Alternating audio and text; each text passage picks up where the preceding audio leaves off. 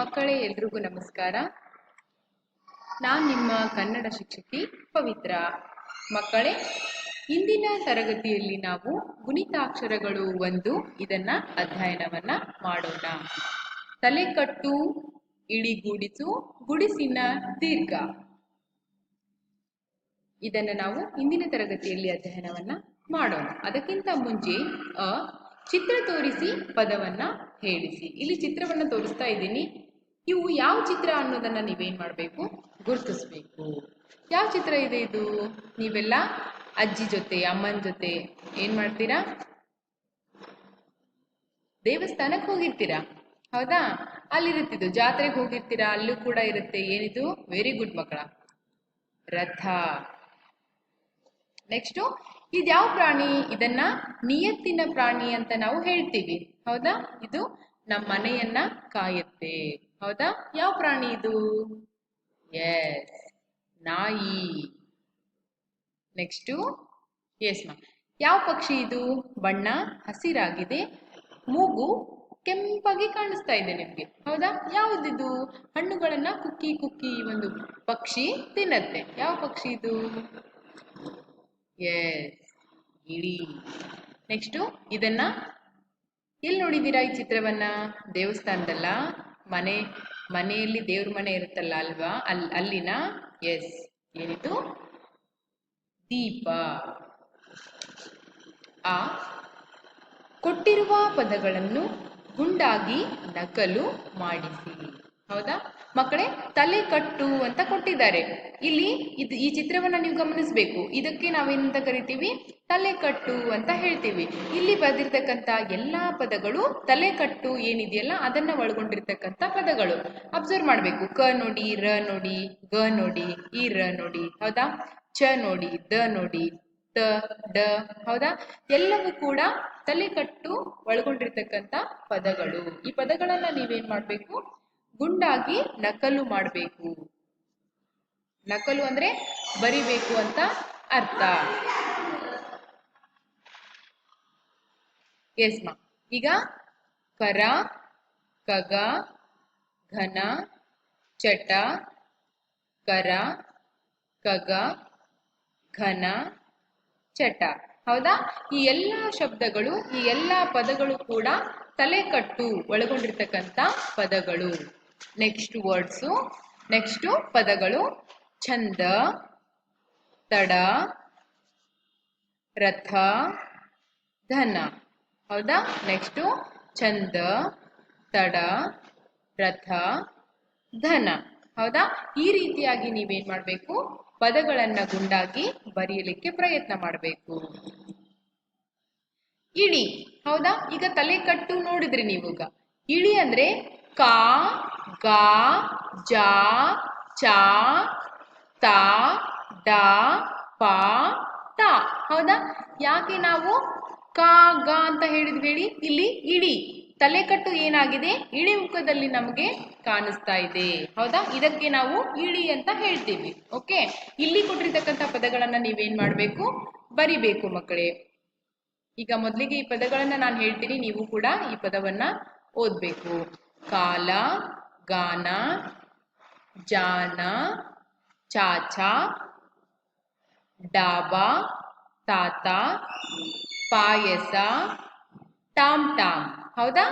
ಈ ಎಲ್ಲಾ ಪದಗಳನ್ನ ನೀವೇನ್ ಮಾಡ್ಬೇಕು? ಓದ್ಬೇಕು. ಅದ್ರ ಜೊತೆಗೆ ಅಕ್ಷರಗಳನ್ನ ಏನ್ ಮಾಡ್ಬೇಕು? ದುಂಡಾಗಿ ಬರಿಬೇಕು, ಹೌದಾ? ನಾನು ಕೂಡ ಏನ್ ಮಾಡ್ತೀನಿ? ನಿಮ್ಮ ಪುಸ್ತಕದಲ್ಲಿ ಈ ಎಲ್ಲಾ ಪದಗಳನ್ನು ಬರೆದು ಕಳಿಸ್ತೀನಿ. ಅದನ್ನ ನೋಡಿ ನೀವೇನ್ ಮಾಡ್ಬೇಕು ಮಕ್ಕಳೇ? ಬರಿಬೇಕು. ನೆಕ್ಸ್ಟು, ಈಗ ತಲೆಕಟ್ಟು ಗೊತ್ತಾಯ್ತು ನಿಮ್ಗೆ, ಇಳಿ ಗೊತ್ತಾಯ್ತು. ನೆಕ್ಸ್ಟ್ ಗುಡಿಸು, ಹೌದಾ? ಗುಡಿಸು ಅಂದ್ರೆ ಅಬ್ಸರ್ವ್ ಮಾಡಿ, ಇಲ್ಲಿ ನೀವು ಗಮನಿಸ್ಬೇಕು. ಗಿ, ಜಿ, ಚಿ, ಕಿ, ಡಿ, ಪಿ, ತಿ, ರಿ, ಹೌದಾ? ಈ ಎಲ್ಲವೂ ಕೂಡ ಮೇಲ್ಗಡೆ ಗುಡಿಸಿದೆ, ಹೌದಾ? ಅದಕ್ಕೋಸ್ಕರ ನಾವೇನ್ ಹೇಳ್ತೀವಿ? ಈ ಪದಗಳಿಗೆ ಗುಡಿಸು ಅಂತ ನಾವು ಹೇಳ್ತೀವಿ. ಪದಗಳನ್ನ ಓದ್ತೀನಿ ಮಕ್ಕಳೇ ಇವಾಗ. ಗಿಳಿ, ಜಾಜಿ, ಇಣಚಿ, ಕಿಟಕಿ, ಗಿರಿ, ದಿನ, ಗಾಡಿ, ಪಿರಿಪಿರಿ, ಹೌದಾ? ನೆಕ್ಸ್ಟು ಗುಡಿಸಿನ ದೀರ್ಘ, ದೀರ್ಘವನ್ನ ನೋಡಿರ್ತೀರಿ ಹೌದಾ. ಗುಡಿಸಿ ಕಲ್ತ್ರಲ್ವಾ, ಅದ್ರ ಮುಂದ್ಗಡೆ ನಾವೇನ್ ಮಾಡಿದೀವಿ, ದೀರ್ಘವನ್ನ ಕೊಟ್ಟಿದೀವಿ. ಇದಕ್ಕೆ ದೀರ್ಘ ಅಂತ ನಾವು ಹೇಳ್ತೀವಿ. ಅದನ್ನ ಇಲ್ಲೂ ಕೂಡ ನೀವು ಗಮನಿಸ್ತೀರಾ. ಪದಗಳು ಗೀಗಿ, ಚೀಟಿ, ಜೀಜಿ, ಕೀಟ, ಟಿವಿ, ತೀರ, ದೀಪ, ಪಿಪಿ. ಹೌದಾ. ಈ ರೀತಿಯಾಗಿ ನೀವೇನ್ ಮಾಡಬೇಕು, ಪದಗಳನ್ನ ಓದಬೇಕು. ನೆಕ್ಸ್ಟು ಅಭ್ಯಾಸ.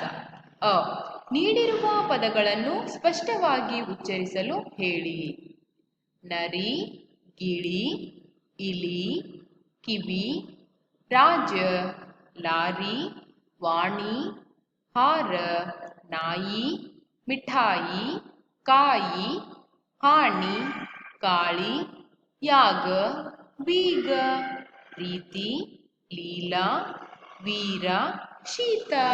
ಈ ರೀತಿಯಾಗಿ ನೀವೇನ್ ಮಾಡಬೇಕು, ಎಲ್ಲ ಪದಗಳನ್ನು ಸ್ಪಷ್ಟವಾಗಿ ಓದಬೇಕು ಮಕ್ಕಳೇ. ಮುಂದಿನ ಒಂದು ಭಾಗ ಎಸ್ ಮ್ಯಾಮ್. ನೀಡಿರುವ ಪದಗಳನ್ನು ಸ್ಪಷ್ಟವಾಗಿ ಉಚ್ಚರಿಸಲು ಮತ್ತು ಬರೆಯಲು ಹೇಳಿ. ಮಕ್ಕಳೇ, ಇಲ್ಲಿ ಓದ್ಲಿಕ್ಕೆ ಮಾತ್ರ ಕೊಟ್ಟಿದ್ದೀನಿ. ಈ ಎಲ್ಲ ಪದಗಳನ್ನ ನಾನು ಬರೆದು ಕಳಿಸ್ತೀನಿ. ಆಗ ನೀವೇನ್ ಮಾಡಬೇಕು, ಅವುಗಳನ್ನು ನೋಡಿ ಬರಿಬೇಕು. ಮೊದಲಿಗೆ ಈ ಪದಗಳನ್ನು ನಾವು ಸ್ಪಷ್ಟವಾಗಿ ಉಚ್ಚರಿಸಬೇಕು.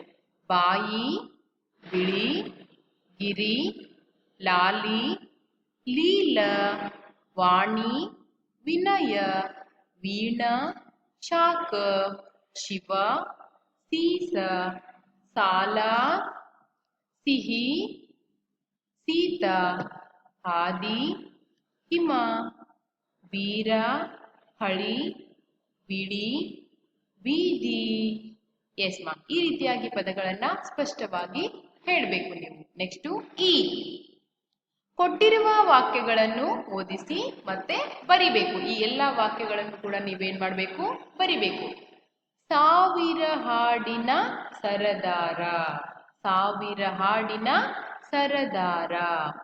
ಕಿಟಕಿಯ ಬಳಿ ಚಿಮಣಿ ದೀಪ, ಕಿಟಕಿಯ ಬಳಿ ಚಿಮಣಿ ದೀಪ.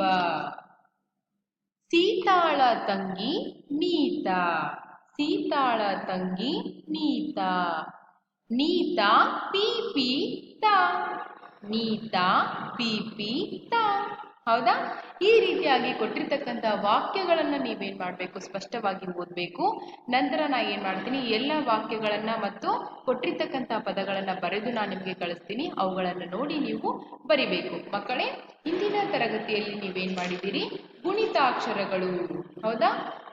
ತಲೆಕಟ್ಟು, ಇಳಿ, ಗೂಡಿಸು, ಗುಡಿಸಿನ ದೀರ್ಘವನ್ನ ಅಧ್ಯಯನವನ್ನ ಮಾಡಿದ್ದೀರಿ. ಮುಂದಿನ ತರಗತಿಯಲ್ಲಿ ನಾವು ಗುಣಿತಾಕ್ಷರಗಳು 2, ಕೊಂಬು, ಕೊಂಬಿನಿಳಿ, ಒಟ್ರು ಸುಳಿ, ಇದನ್ನ ನಾವೇನ್ ಮಾಡೋಣ, ಮುಂದಿನ ತರಗತಿಯಲ್ಲಿ ಅಧ್ಯಯನವನ್ನ ಮಾಡೋಣ. ಅಲ್ಲಿವರೆಗೂ ಧನ್ಯವಾದ.